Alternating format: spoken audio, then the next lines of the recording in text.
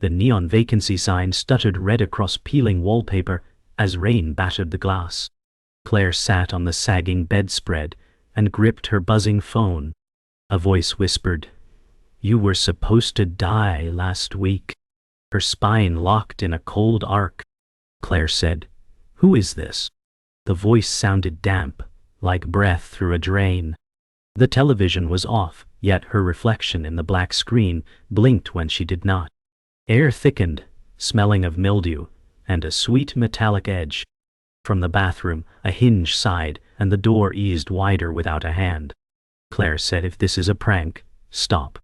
The word stop died before the carpet. The front desk clerk had sworn no one had slept in room 6 in weeks. The lamp flickered to a steady jaundiced hum. Water dripped somewhere inside the walls, in a slow, counting rhythm. Her phone slipped and landed face down, the sound too heavy for cheap carpet. Then a shadow leaned out of the doorway and listened.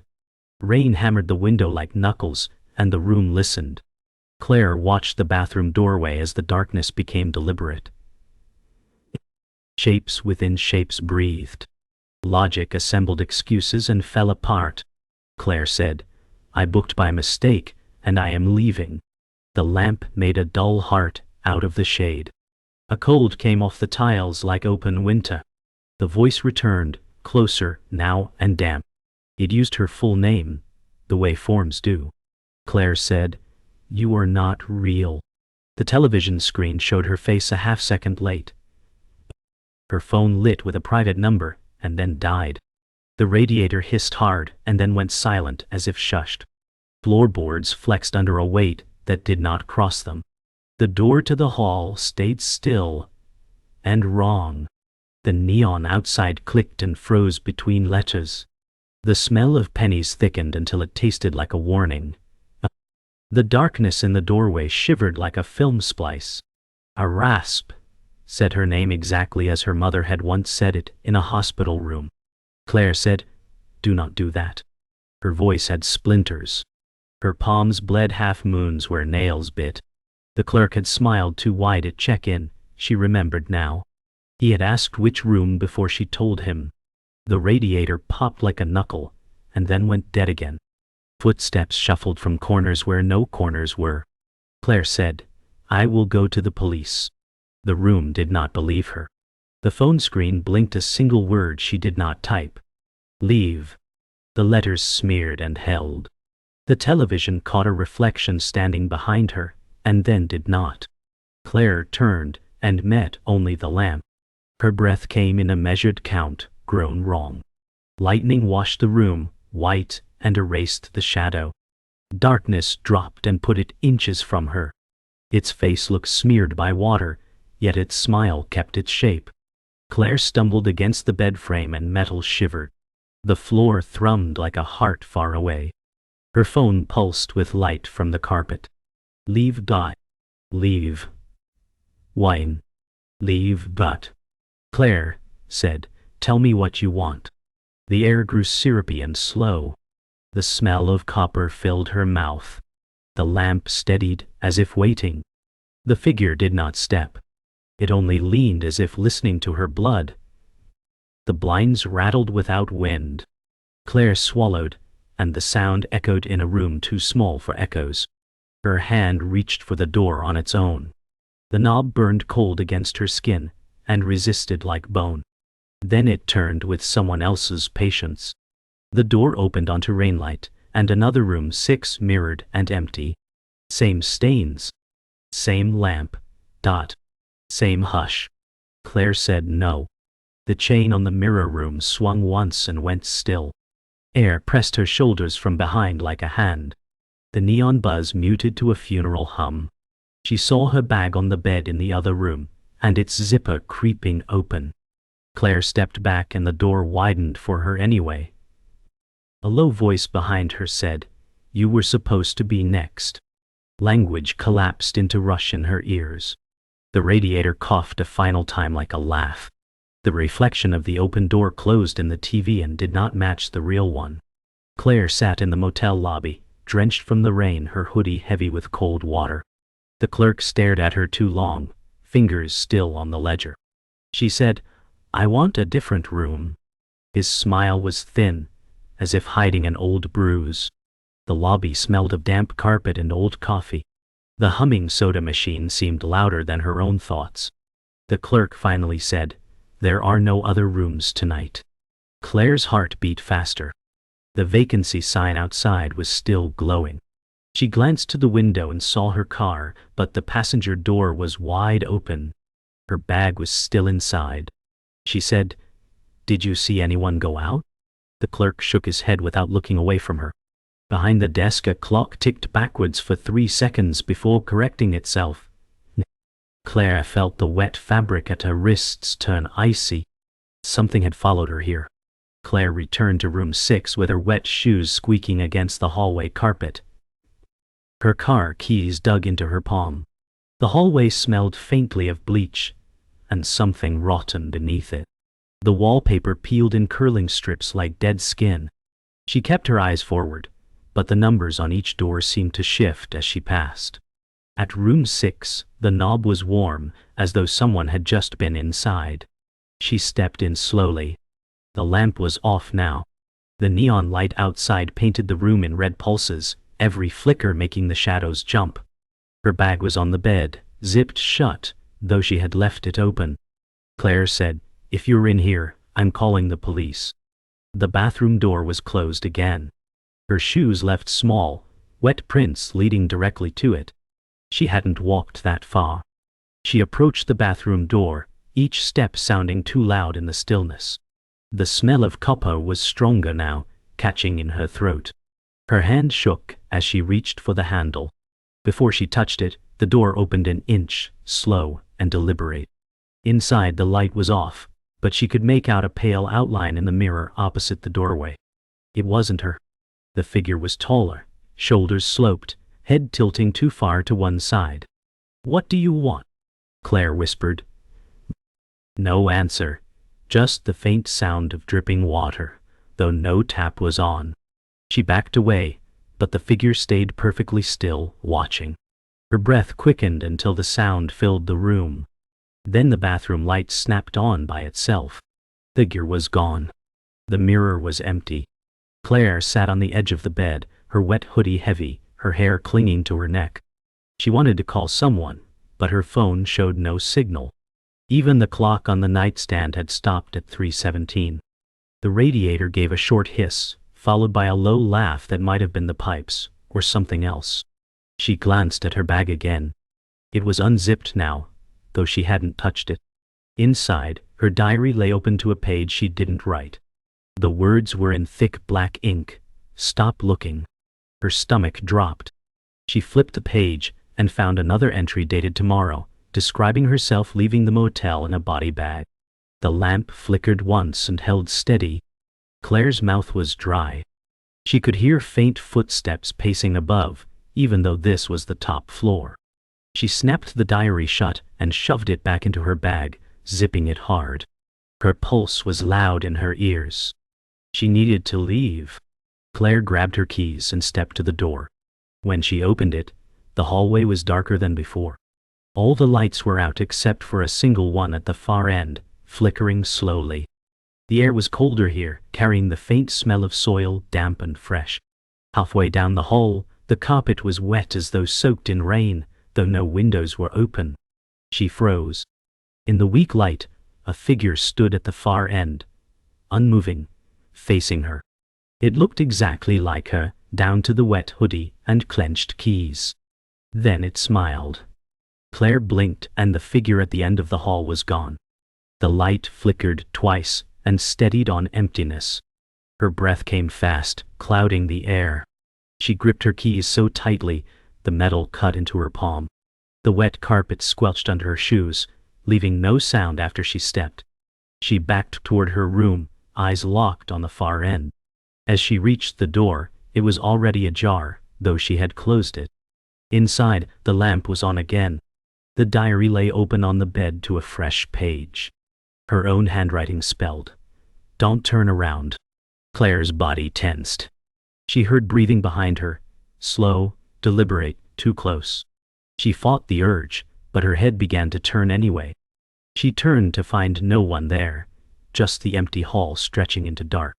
The breath she'd heard was gone, replaced by the soft creak of the bathroom door inside her room. Claire stepped backward into the room, keeping her eyes on the hallway until the door clicked shut.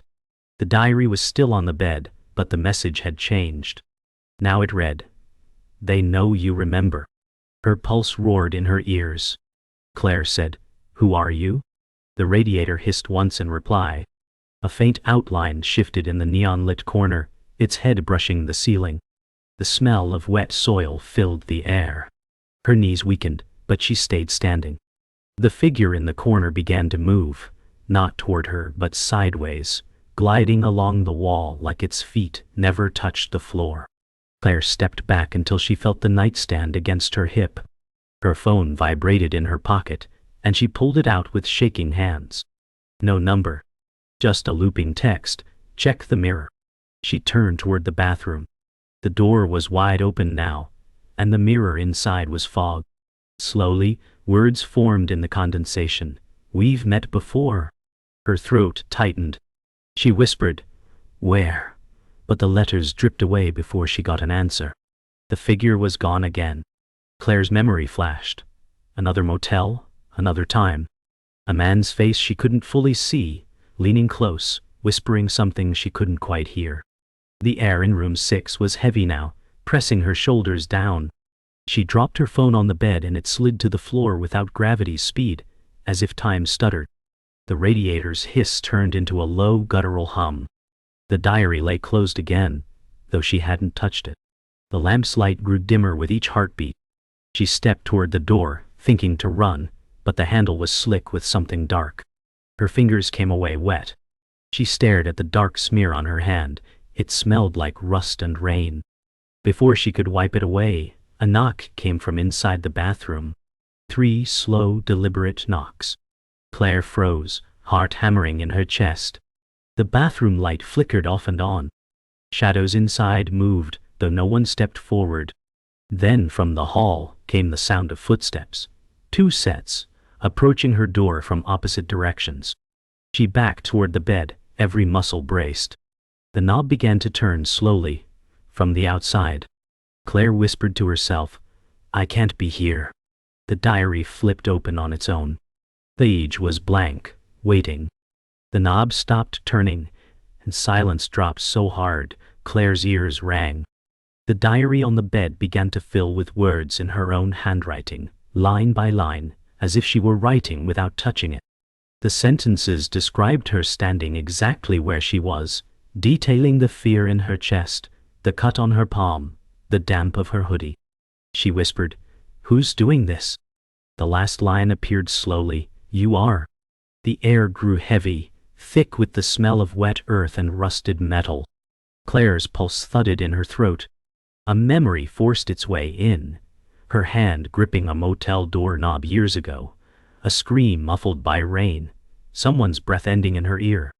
The voice came from the bathroom now, low and steady. "You've been here before." Claire shook her head, but flashes came faster.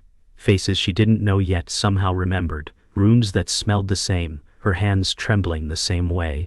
She stepped toward the bathroom, each foot heavy. Inside, the mirror no longer reflected her face. Instead, it showed her in another motel room years younger, standing over a bed where someone lay still. Her younger self turned slowly in the reflection and smiled. Claire stumbled back, hitting the doorframe. She said, "No, that's not me." The reflection kept smiling.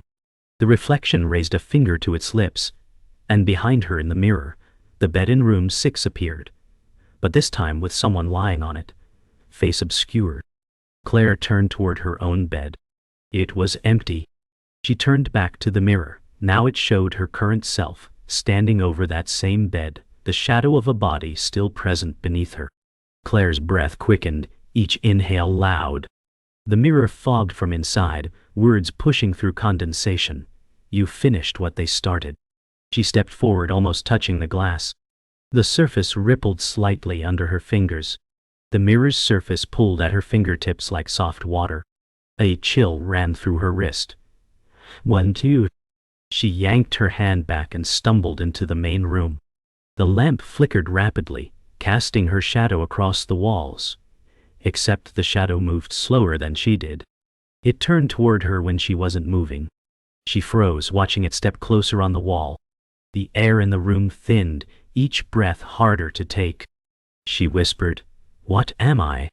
The shadow reached the floorboards and rose up in front of her, taking her exact shape.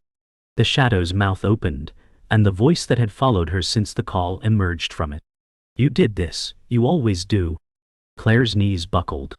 Images flashed in her mind. Different motels, different nights, always the same smell of rain and rust, always someone not leaving alive. The shadow reached toward her, its hand cold and damp against her cheek. She felt herself lean into it, as if recognizing an old friend. The diary snapped shut on its own, the sound sharp in the stale air. Claire realized the truth was not that something had found her. It was that she had come back to where she belonged. Claire stepped back from the shadow, heart pounding so hard it blurred her hearing. The room seemed smaller now, walls closing in like slow-moving glass. The shadow tilted its head and said, "It's time you remembered all of it." Her knees shook, but she forced herself upright. "Show me," she demanded. The air rippled like heat, and the scene around her shifted, room 6 melting into another motel room from years ago. A man lay on the bed, eyes wide, mouth open in silent terror. In Claire's hand was a heavy lamp base, blood along the edge. She dropped it, stumbling back, the past pressing down on her chest. The man on the bed flickered like an old film reel, his image stuttering, each frame showing more blood. Claire covered her mouth, tears cutting lines through the grime on her cheeks. I didn't," she started, but the shadow's voice cut her off. "You did. Every time." The lamp in her hand reappeared, slick with red, heavier than she remembered. She tried to drop it again, but her fingers wouldn't obey. The diary on the bed opened to a fresh page, words bleeding through instantly. "End it." She turned to the shadow. "What happens if I refuse?" It smiled without warmth. "Then you begin again." Claire's pulse roared as the room snapped back to the present, but the lamp stayed in her hand. Footsteps echoed in the hallway, slow and deliberate. She knew, without seeing, someone was coming, and it wasn't the shadow. The knob began to turn again. She faced the door, lamp raised, sweat cold down her spine. The diary's pages flipped rapidly behind her, a violent shuffle of paper. The last page stopped with the words, "One leaves, one stays." The door creaked open. A man stepped inside, drenched from the rain, confusion etched into his features. "Is this room 6? He asked. Claire's breath came in short bursts. The shadow behind her whispered, "Choose." The man stepped forward, oblivious to the shadow at her back. "I think there's a mix-up," he began, but his voice faded under the pounding in Claire's head. The shadow whispered, just like before. Her grip on the lamp tightened until her knuckles burned. Memories surged, different strangers, same ending. Claire's body moved without her will, one step toward the man, lamp raised higher. He backed up slightly, unease settling in his eyes. "Hey, let's talk about this," he said, voice low. The shadow's voice grew sharper. "Do it, or it starts again." Claire froze, every muscle taut, the shadow pressing closer like it could move her arm itself. The man's breath quickened, eyes darting to the open diary on the bed. He read the words aloud. "One leaves, one stays." His voice cracked. Claire's vision tunneled until only he and the shadow remained. Her arm trembled violently. The shadow's cold hand slid over hers, guiding the lamp down in a slow arc. The sound that followed was wet and final. The diary's page turned by itself, ink already spreading. "You stay." Claire dropped the lamp, her body shaking as the shadow stepped fully into her skin. The room was still, except for the faint ticking of the wall clock, running backward again. Claire stood over the man's body, her breathing slow, steady, almost calm. The shadow had melted into her, and now her reflection, in the black TV screen smiled while she didn't. She bent down, closing the man's eyes with a strange gentleness. Outside, the rain had stopped, but the vacancy sign still flickered red. Claire straightened, feeling the weight of the wet hoodie pulling at her shoulders. Somewhere deep inside a voice whispered, "Now you know who you are." She didn't answer. The silence pressed in on all sides, broken only by the soft drip of water from her hair to the carpet. She dragged the man's body toward the bathroom, feet leaving faint streaks on the thin carpet. The air grew colder with each step, the smell of soil returning. She leaned him against the tub, closing the shower curtain over him. It felt practiced, almost mechanical. The diary lay on the bed, now closed as if satisfied. Claire's phone lit for the first time in hours, an alarm she didn't set, reading simply, "Check out." She sat on the bed, staring at the bathroom door. Her heartbeat matched the rhythm of water dripping somewhere she couldn't see. She realized she was waiting for something, though she didn't know what. The floor above her groaned, as if someone was walking, but the motel had no second floor. Claire stood, her bare feet silent on the carpet. She walked to the door and opened it just enough to look out. The hallway was empty, but the flickering light at the far end was gone. Total darkness now. The air felt thicker, harder to breathe. She closed the door slowly, locking it. When she turned back, the bathroom door was open halfway, though she hadn't moved it. A wet footprint, not hers, led from the doorway to the center of the room. Her skin prickled cold. She followed the footprint with slow, measured steps, each one quieter than the last. It stopped in the center of the room, where the carpet was perfectly dry. Claire looked up, and there was the shadow, standing inches away, identical to her in every detail. It smiled with her mouth. "You'll keep doing this," it said, "because you want to." She shook her head, but her stomach churned with the truth in its voice. The shadow's hand brushed her arm, leaving behind a wet streak. Her heart clenched. The shadow stepped back toward the bathroom without turning, its gaze locked on hers, until it melted into the dark. Claire was alone again, but the air was still heavy with its presence. The diary on the bed opened to the last page. The words there were few, but final. "Well, see you soon." She closed it gently and slid it into her bag. Without looking at the bathroom, she picked up her keys. As she stepped toward the door, the vacancy sign outside steadied, its glow painting her in deep red. She didn't check out. She just left. Claire stepped into the parking lot, the wet gravel crunching softly under her shoes. The storm had passed, but the clouds hung low, muting the moon. Her car sat exactly where she'd left it, passenger door closed now. She unlocked it, slid inside, and placed her bag on the seat. For a moment, she just sat there, hands on the wheel, watching the motel through the rain-streaked windshield. Room 6's light flickered twice, then went dark. Her pulse slowed, but the silence felt wrong, too deep, like the world was holding its breath. She turned the key, but the engine didn't start. Instead, the radio came on by itself, static whispering through the speakers, a voice breaking through. "See you soon." Her breath fogged the glass as the static deepened. She reached for the volume knob, but the dial wouldn't move. The voice on the radio grew clearer, low and deliberate, speaking words she didn't want to understand. The rearview mirror caught her attention. In it, the back seat wasn't empty.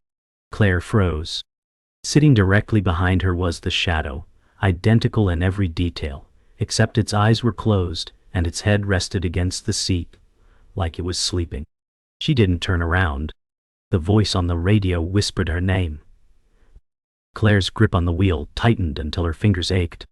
She forced her eyes forward, refusing to acknowledge the weight of the presence behind her. Slowly, she put the car in gear. The wheels rolled over the wet gravel, crunch echoing unnaturally loud in the quiet night. As she pulled onto the empty road, the headlights caught the motel sign one last time. The red letters flickered, glitching between vacancy and a single word. "Stay." Her throat closed. She didn't glance in the mirror again, but she could feel the shadow leaning forward, just enough for its breath to touch her ear. The road stretched empty for miles, but the static on the radio never faded. It pulsed like a heartbeat, syncing with her own. She gripped the wheel tighter, the cold from the shadow seeping into her bones. Her eyelids felt heavy, as though someone else was pushing them down. Streetlights passed overhead in slow, unnatural intervals, the shadows they cast inside the car shifting in ways they shouldn't. She pressed harder on the accelerator, desperate to outrun something that wasn't following her. It was riding with her. The shadow's reflection in the side window smiled. The static stopped suddenly, replaced by perfect silence. Claire's breath sounded too loud.